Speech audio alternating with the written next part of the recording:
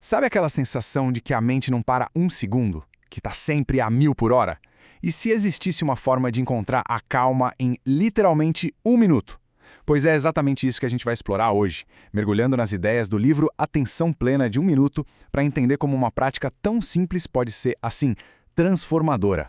É muito fácil a gente se perder no meio dos pensamentos, né? A nossa mente vive pulando do que já passou para o que ainda vai acontecer e a gente quase nunca para viver o único momento que de fato existe, o agora. E o autor, Simon Park, ele resume essa prática, que é milenar, de uma forma brilhante nessa frase aqui. É uma ideia que parece simples, mas, nossa, é muito profunda e vai ser o nosso ponto de partida para tudo que a gente vai descobrir junto hoje. Então, o mais legal é que essa prática não é uma coisa vaga, sabe? Pelo contrário, ela é construída em cima de uma estrutura super clara, que o autor chama de triângulo. E pensem só, o triângulo é a forma geométrica mais estável que existe. É exatamente isso que a atenção plena quer oferecer, uma base firme para nossa mente. E olha só, esse triângulo tem 3 pontos que são, assim, fundamentais, cada um deles apoiando o outro, sabe? Criando essa base sólida. Mas que pilares são esses que sustentam essa estrutura toda? Vamos descobrir um por um.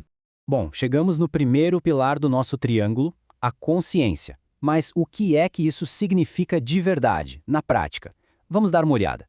Tudo, absolutamente tudo, começa com essa pergunta bem simples. O que está acontecendo agora? Não ontem, não o que vai acontecer daqui a 5 minutos.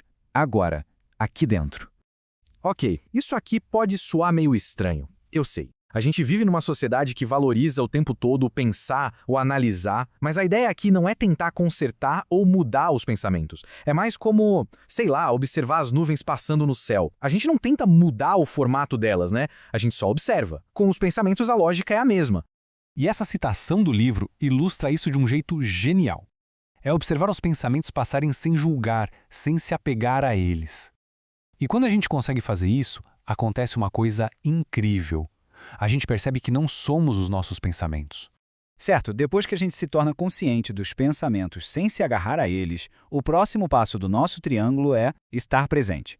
Mas na prática, como é que a gente faz isso? A ferramenta mais simples e, ao mesmo tempo, mais poderosa para isso é a nossa própria respiração. Pensa bem, não importa o caos que esteja na nossa mente, a respiração está sempre ali, calma, no momento presente. Ela é tipo a nossa âncora. Olhem que demais essa citação. O mais interessante aqui é que o presente não é descrito como uma coisa passiva, parada. Pelo contrário, ele é uma força ativa, tipo uma cachoeira que atravessa a gente e renova tudo, gerando energia para uma experiência totalmente nova.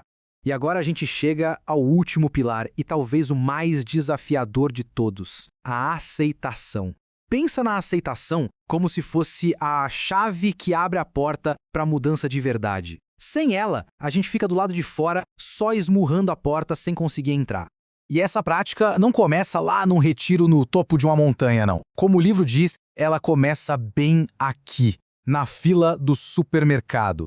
Imagina a cena, a gente tá com pressa e a pessoa na frente resolve pagar as compras com moedinhas. A raiva sobe, a impaciência toma conta. Pois é nesse exato momento que a prática entra em jogo. E aqui está o pulo do gato. Aceitação não é resignação. Existe uma diferença gigantesca. Resignação é a gente falar, eu odeio meu trabalho, mas não tenho o que fazer. É desistir. Já a aceitação é dizer, ok, eu não gosto do meu trabalho, então vou começar a procurar um novo. É reconhecer a realidade para poder agir. Aceitar significa permitir que todos os nossos sentimentos estejam ali, sem brigar com eles. E por que isso cura? Porque no momento em que a gente para de lutar contra o que a gente está sentindo, esses sentimentos perdem o poder sobre a gente. É aí que a verdadeira transformação pode finalmente começar. Certo. Consciência, presente e aceitação. O que acontece quando a gente junta esses 3 pilares? Bom, a resposta pode surpreender. Não se trata de construir um eu novo e melhorado. Trata-se de desfazer o antigo. O livro usa essa metáfora muito poderosa da casa psicológica.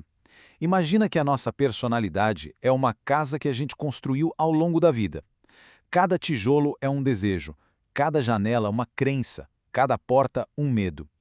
Mas e se essa casa, que era para nos abrigar, estiver, na verdade, nos aprisionando.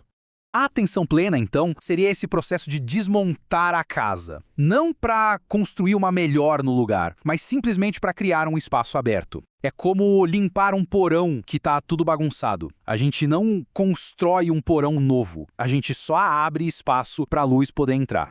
E essa ideia, como diz a citação, vai contra muito do que a gente costuma ouvir por aí sobre autoajuda. A gente acha que a felicidade vem de se tornar uma versão melhorada. Mas e se a felicidade de verdade vier de simplesmente parar de tentar ser alguém que a gente não é?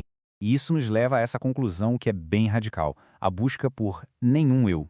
Mas calma, não é sobre se anular, é sobre perceber que esse eu que a gente defende com unhas e dentes é, na verdade, uma coleção de pensamentos e memórias que está sempre mudando. E quando essa ficha cai, a gente encontra uma liberdade imensa. Essa metáfora do estádio é perfeita para ilustrar isso. Imagina um estádio lotado, o barulho da torcida, a emoção, e aí aos poucos o jogo acaba, as pessoas vão embora, o barulho vai diminuindo, as luzes se apagam, e o que sobra? O silêncio, o espaço vazio. É nesse silêncio que a gente se encontra de verdade. E tudo isso nos deixa com essa pergunta final que fica ecoando na mente. Se não somos nosso condicionamento, nossa história, nossos pensamentos, então quem somos nós? A atenção plena talvez não entregue a resposta de bandeja, mas com certeza ela abre o espaço para que cada um possa descobrir por si mesmo.